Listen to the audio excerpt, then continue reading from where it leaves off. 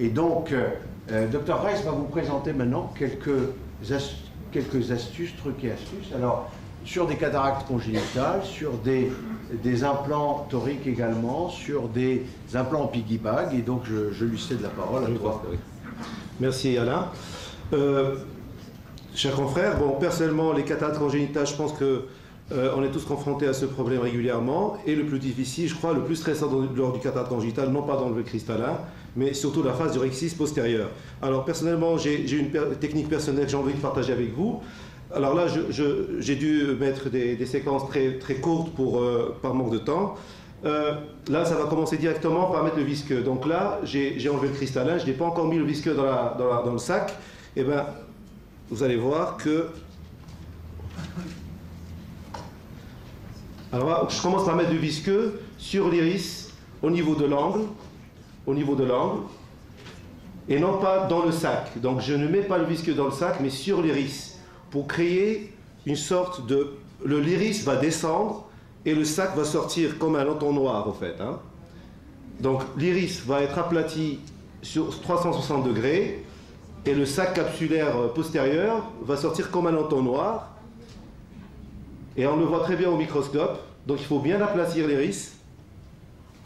Et là, grâce à une pince de micro-incision à capsule, je prends le sac au centre. Donc je le tire.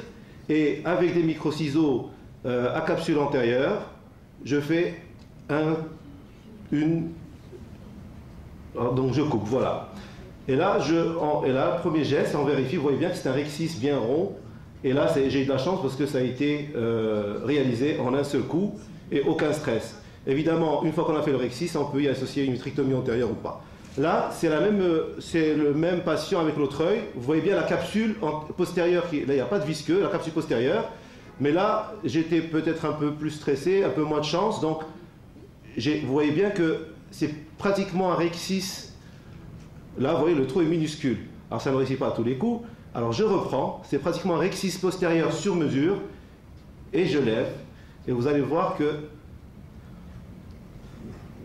là encore, l'image est un peu, voilà, une deuxième fois, j'estime que le rhexis n'est toujours pas assez large, une troisième fois, il est toujours rond, on le voit, il n'y a aucun risque, on le manipule très bien, mais évidemment, là je reprends encore le bord en inférieur, et j'essaie une autre fois, et toujours à chaque fois le rond est sur mesure. Hein, donc toujours je me dis peut-être qu'il va filer, mais je prends bien soin d'aller prendre l'anneau à l'endroit où il y a le plus de capsules. Et là, encore une incision. Donc c'est pratiquement un rhexis sur mesure, où dans ce cas-là, j'ai dû y aller à 7 reprises. Et là, je crois que ça va être la dernière, ou l'avant-dernière. Toujours j'estimais que le rhexis postérieur n'était pas assez grand. Donc... oui, je pourrais l'agrandir au vitréotome, mais évidemment.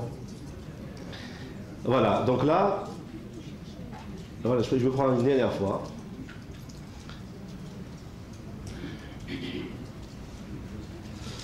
Alors, là, c'est une intervention d'un patient qui a été opéré, qui a eu une surprise réfractive en post-opératoire. Et donc un implant qui est dans le sac depuis un certain nombre de temps, qui, vu la fibrose, dernièrement, ça a été de mettre un implant en piggyback. Donc c'est une erreur réfractive de je ne sais plus de quelle dioptrie. Donc c'est un implant Acrisoft que j'injecte en piggyback. C'est très facile, ça corrige bien une erreur réfractive. Il n'y a vraiment pas de risque parce que le sac, il tient bien et comme il est fibrosé, on est quand même plus en sécurité. Et là, j'ai enlevé la partie où j'ai mis du visqueux pour séparer l'iris, la face postérieure de l'iris avec l'implant. Et on place l'implant sans problème. Évidemment, on le fait tourner dans le sens horaire, toujours.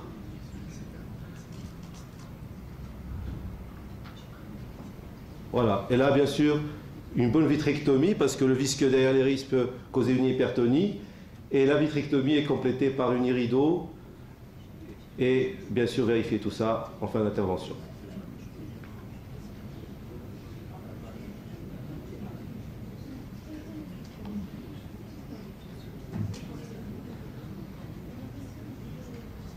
Donc je passe. Donc ouais, les rideaux est toute petite, là, mais liée. Hein. Bon, là c'est. Je n'ose pas trop toucher au film parce que sinon ça va se.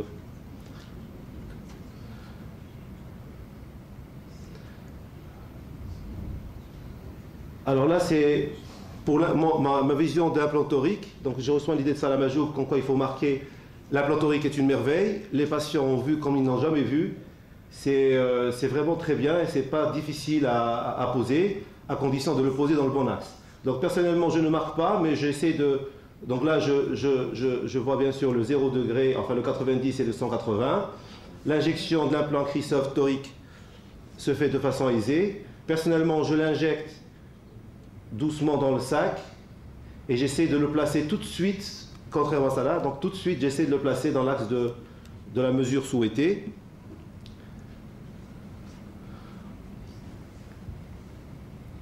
Évidemment, bien que possible, mais tant que le sac est rempli de visqueux, il n'y a aucun souci à faire tourner l'implant dans le sac.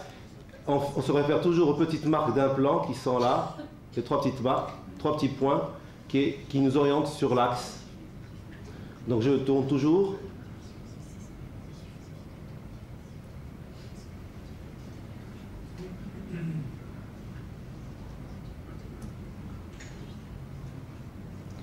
Alors une fois que j'ai placé dans l'axe souhaité, à plus ou moins 10 degrés, donc je marque, je vois les marques, il faut être sûr, il faut prendre son temps.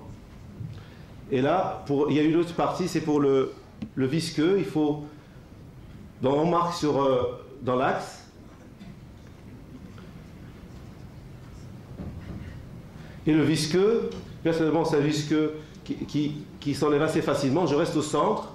Et c'est pas du Frovis, c'est un microvis, je dis la marque, mais c'est un visqueux excellent parce qu'il vient vers l'orifice de l'irrigation. Vous voyez que je ne bouge pas et j'essaie d'enlever ce visqueux sans faire tourner l'implant.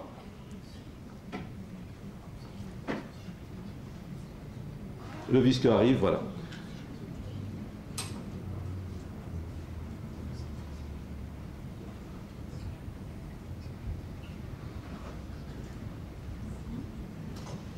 Des questions? Alors j'ai encore une vidéo là, la dernière. Là c'est une cataracte un peu particulière. C'est un patient qui a une cataracte traumatique depuis 30 ans. Il a une déhiscence zonulaire ici, une iridodialyse large. J'étais parti pour faire une phaco et un implant FAC en fin d'intervention.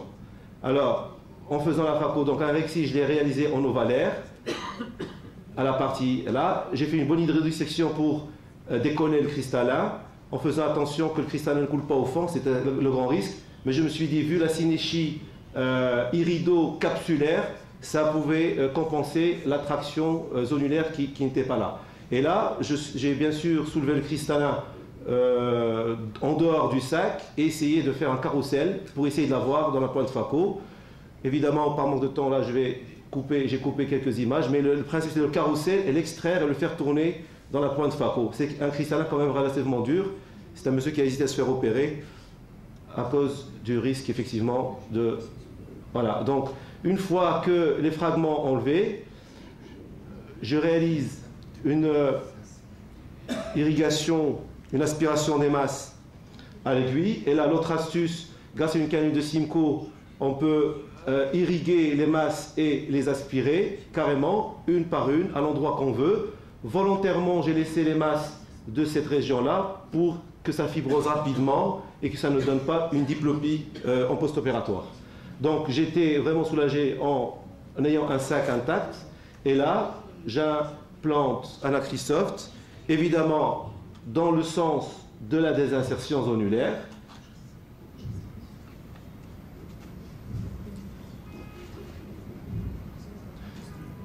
Dans le sens de la désinsertion, en évitant des manipulations au maximum, parce que c'est un axe qui a été traumatique. Et là, vous voyez bien que, bon là, en fin d'intervention, on vérifie, et vous voyez bien que l'anse de l'implant vient retendre le sac, et voilà. Et la fibrose qui se fera là, le patient ne se plaint pas du tout de diplopie, et voilà. Donc là, vous voyez bien que... Des questions, des observations? observations pendant que Madame Tasson s'installe? Ce qui est joli là sur des choses comme ça, quand tu as du temps, c'est de faire de la place syrienne, tu réamarres avec un point. C'est encore, comme je vous disais tout à l'heure, c'est le sujet du moment, c'est le sujet d'actualité. Pendant qu'elle s'installe, est-ce que dans la salle, il y a des questions un peu d'ordre général? Oui. On peut donner à monsieur un micro. Je marquais, et puis au coucher, je remarquais l'implant, mais à l'usage, vu le...